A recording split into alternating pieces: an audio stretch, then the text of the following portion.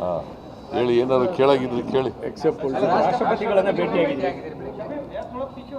ಹಾಂ, ರಾಷ್ಟ್ರಪತಿಯವರನ್ನ ಭೇಟಿಯಾಗಿದ್ರಿ ಸರ್?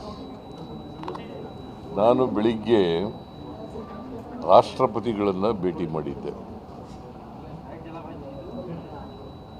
ಯಾಕಂತಂದರೆ 7 ಬಿಲ್ಗಳನ್ನು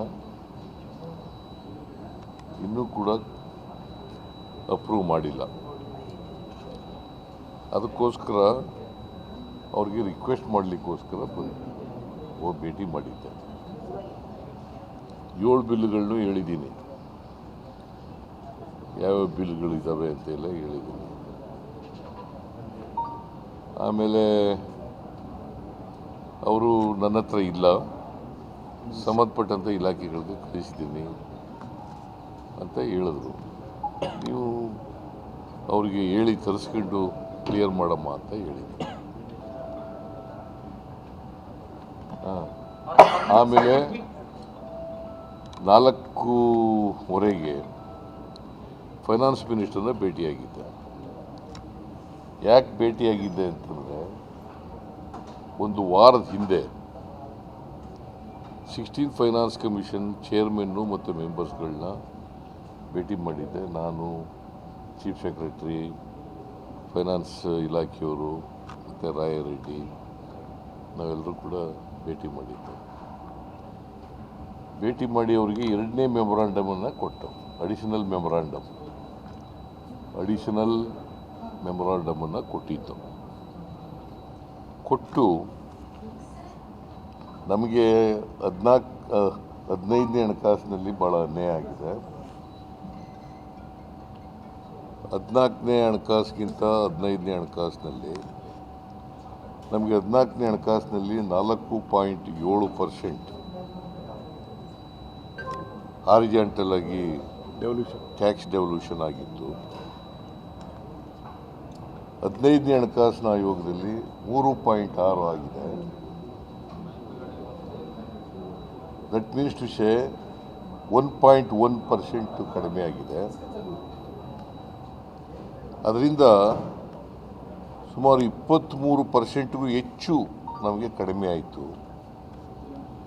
ನಮಗೆ 5 ವರ್ಷದಲ್ಲಿ 80,000 ಕೋಟಿ ರೂಪಾಯಿ ಕಡಿಮೆ ಆಯಿತು. ಟ್ಯಾಕ್ಸ್ ಡೆವಲ್ಯೂಷನ್ನಲ್ಲಿ 68,000 ಕೋಟಿ ಮತ್ತು ಸ್ಪೆಷಲ್ ಗ್ರ್ಯಾಂಟ್ಸ್ ನಮಗೆ 5,495 ಕೋಟಿ ಟ್ಯಾಕ್ಸ್ ಡೆವಲ್ಯೂಷನಲ್ಲಿ ಅನ್ಯಾಯ ಆಗಿದೆ ಅಂತೇಳಿ ಅದನ್ನು ಸರಿಪಡಿಸ್ಲಿಕ್ಕೋಸ್ಕರ 5,495 ಕೋಟಿ ಕೊಟ್ಟಿದ್ದರು. ಆಮೇಲೆ ಪೆರಿಫೆರಲ್ ರಿಂಗ್ ರೋಡ್ಗೆ 3,000 ಕೋಟಿ, ವಾಟರ್ ಬಾಡೀಸ್ಗೆ ಬೆಂಗಳೂರಿನಲ್ಲಿರ್ತಕ್ಕಂಥ ಕೆರೆಗಳು, ಸರೋವರಗಳನ್ನು ಅವರು ಅಭಿವೃದ್ಧಿಪಡಿಸಲಿಕ್ಕೆ 3,000 ಕೋಟಿ, ಒಟ್ಟು 11,495 ಕೋಟಿ, ಒಟ್ಟು 68,000 ಪ್ಲಸ್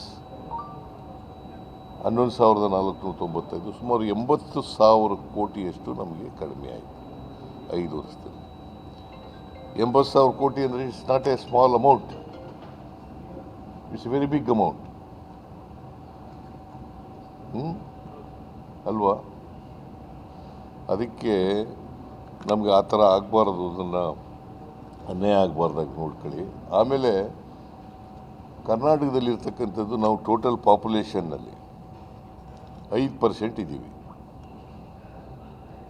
ಕರ್ನಾಟಕದ ಪಾಪ್ಯುಲೇಷನ್ನಲ್ಲಿ ಅಲ್ಲ, ದೇಶದ ಪಾಪ್ಯುಲೇಷನಲ್ಲಿ, ಸಾರಿ, ದೇಶದ ಪಾಪ್ಯುಲೇಷನ್ನಲ್ಲಿ ಕರ್ನಾಟಕದ ಪಾಪ್ಯುಲೇಷನ್ 5% ಇದ್ದೀವಿ. ನಾವು GDPಗೆ 8.7% ಕೊಡ್ತಾ ಇದ್ದೀವಿ. 11-12ರಲ್ಲಿ 7.6% ಇದ್ದದ್ದು, 11-12ರಲ್ಲಿ 7.6% ಇದ್ದದ್ದು, ಈಗ 8.7% ಕಾಂಟ್ರಿಬ್ಯೂಷನ್ ಕೊಡ್ತಾ ಇದ್ದೀವಿ. ನಾವು ಇಷ್ಟೆಲ್ಲ GDPಗೆ ಜಾಸ್ತಿ ಕೊಟ್ಟರು ಕೂಡ ನಮಗೆ, ಆಮೇಲೆ GSTನಲ್ಲಿ we are second in the country.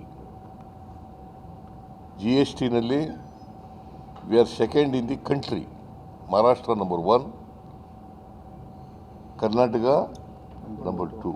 GDP-ನಲ್ಲಿ we are third in the country.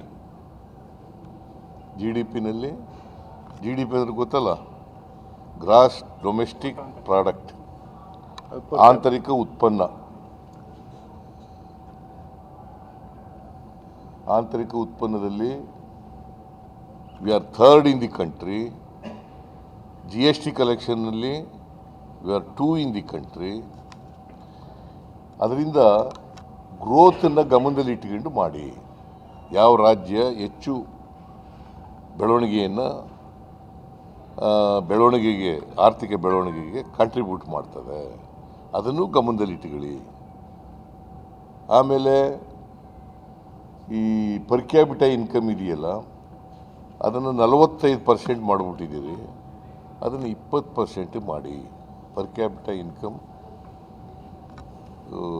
ಅದನ್ನು ಒಂದು ಗಣನೆಗೆ ತಗೊಂಡಿರ್ತಕ್ಕಂಥ ಮಾನದಂಡ ಇದೆಯಲ್ಲ, ಆ ಮಾನದಂಡನ 20%, 40%, 45% ಮಾಡಬೇಡಿ.